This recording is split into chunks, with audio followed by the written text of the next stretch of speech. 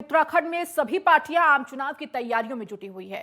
कांग्रेस नेताओं ने लोकसभा सीटों को लेकर दावेदारी करना शुरू कर दिया है। पूर्व सीएम हरीश रावत अपने बेटे के लिए हरिद्वार से टिकट मांग रहे हैं, तो वहीं प्रीतम सिंह ने टिहरी से चुनाव न लड़ने का ऐलान किया है।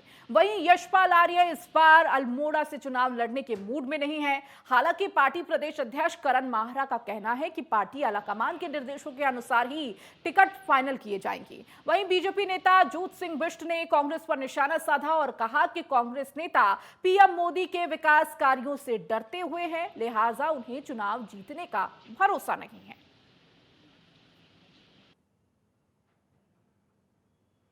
ये सब लोग पार्टी के अनुशासित सिपाही हैं। सभी को पार्टी ने समय रहते हुए जो पार्टी किसी व्यक्ति का सम्मान कर सकती है किया है, और मुझे लगता है एक अनुशासित सिपाही के रूप में पार्टी हाईकमान से जो भी निर्णय होगा उसको इन लोगों को स्वीकार करना होगा। देखिए, आगामी लोकसभा चुनाव के लिए उत्तराखंड की देवभूमि में जहां एक तरफ भारतीय जनता पार्टी माननीय नरेंद्र मोदी जी के, जेपी नड्डा जी के, पुष्कर सिंह धामी जी के और महेंद्र भट्ट जी के नेतृत्व और मार्गदर्शन में ग्राम स्तर पर और बूथ स्तर पर पूरी तरह से मुस्तैद दिखाई दे रही है, तो वहीं दूसरी तरफ जो मुख्य विपक्षी दल भारतीय जनता पार्टी है उसके प्रत्याशी मैदान छोड़ करके भाग रहे हैं। पांचों लोकसभा सीट पर जिन लोगों से ये उम्मीद करते थे कि ये लोग मजबूत स्तंभ हो सकते हैं चुनाव लड़ने के लिए, चुनाव में ये कहीं कुछ अपना जोड़ घटाना गुणा भाग करने में सक्षम हैं, वो सारे लोग अब चुनाव लड़ने से मना कर रहे हैं। तो आप समझ सकते हो कि मोदी जी के आभा मंडल के सामने मोदी जी ने जो देश के अंदर अपने 2 कार्यकाल में करके दिखाया, देश का मान सम्मान बढ़ाने से लेकर के भगवान राम का मंदिर बनाने से लेकर के, जो अब धामी जी ने उसी तर्ज पर उत्तराखंड में यूसीसी लागू करके और यहाँ पर नकल विरोधी कानून लागू करके जो संदेश देने का काम किया, तो जनता से लेकर के नेता सब ये मानते हैं कि भारतीय जनता पार्टी के सामने कोई दूसरा दल खड़ा नहीं है। देहरादून में अल्मोड़ा के सांसद अजय टम्टा ने कहा है कि लोकसभा चुनाव के लिए जोरों शोरों से काम चल रहा है।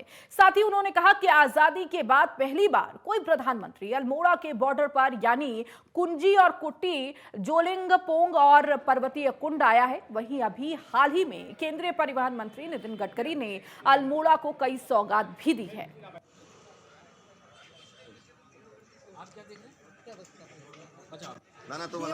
मेरे संसदीय क्षेत्र के अंतर्गत जो लोकसभा की तैयारी भारतीय जनता पार्टी के स्तर पर बूथ तक के कार्यकर्ताओं का जो भी जिम्मेदारियां चल रही है, जो भी कार्य राष्ट्रीय नेतृत्व और प्रदेश नेतृत्व के द्वारा दिए जा रहे हैं, वो सब लोग हम लोग काम कर रहे हैं, शक्ति केंद्र तक काम कर रहे हैं। जिले के भी विभिन्न प्रकार की कार्यशालाएं और विभिन्न प्रकार के क्रियाकलाप हो रहे हैं। और लोकसभा की दृष्टि से अगर आप कहना चाहेंगे तो मैं बड़ा सौभाग्यवान हूँ कि देश की आजादी के बाद पहले ऐसे प्रधानमंत्री हैं जिन्होंने मेरे बॉर्डर के गांव यानी कि कहना चाहिए कि गुंजी, कुट्टी और जोलिंगपोंग और आदि कैलाश और पार्वती कुंड जाने का अवसर प्राप्त हुआ। जागेश्वर धाम आए, पिथौरागढ़ में एक बड़ी सभा की। अभी थोड़े टाइम पहले ही नितिन गडकरी जी का भी कार्यक्रम 3-4 दिन पहले मेरे लोकसभा में रहा, जिससे मुझे 2200 करोड़ रुपए के डबल लेन लगभग सारी की सारी रोडें मेरी, चाहे वो गढ़वाल की कनेक्टिविटी है, चाहे वो नैनीताल लोकसभा की कनेक्टिविटी है और इंटरनल जितनी कनेक्टिविटी लगभग है, सभी रोडों को एनएच भी हमारी बहुत सारी डेवलपमेंट के विकास के लिए दी है। जो एनएच नहीं भी है उसको भी डबल लेन करने का काम किया है। चलिए इस बीच रुकेंगे एक छोटे से ब्रेक के लिए।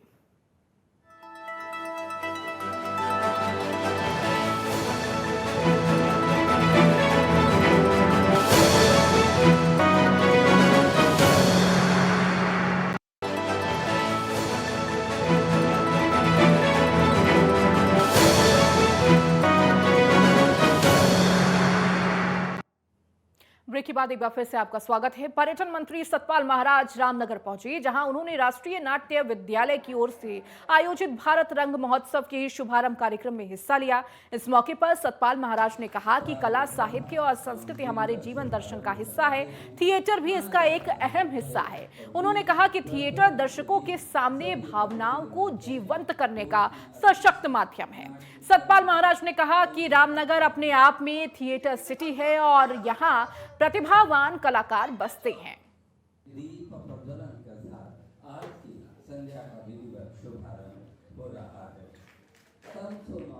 आज बड़ा हर्ष का विषय है।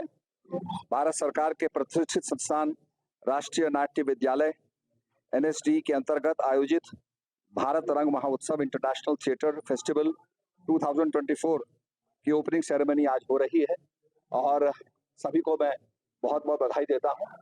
ये रामनगर अपने आप में थिएटर सिटी है, तो निश्चित रूप में यहाँ बहुत प्रतिभा कलाकार यहाँ बसते हैं और यहाँ पर जो ये हो रहा है इससे निश्चित रूप में कलाकारों को प्रोत्साहन मिलेगा।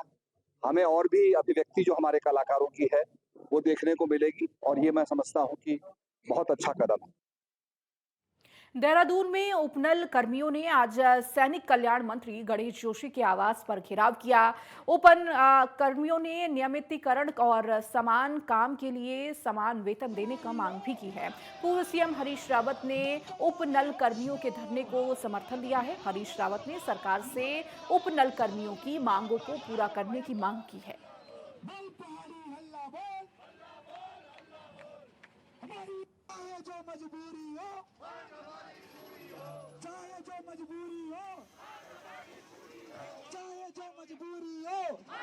देखिए, हमारे प्रमुख मांगे SLP है।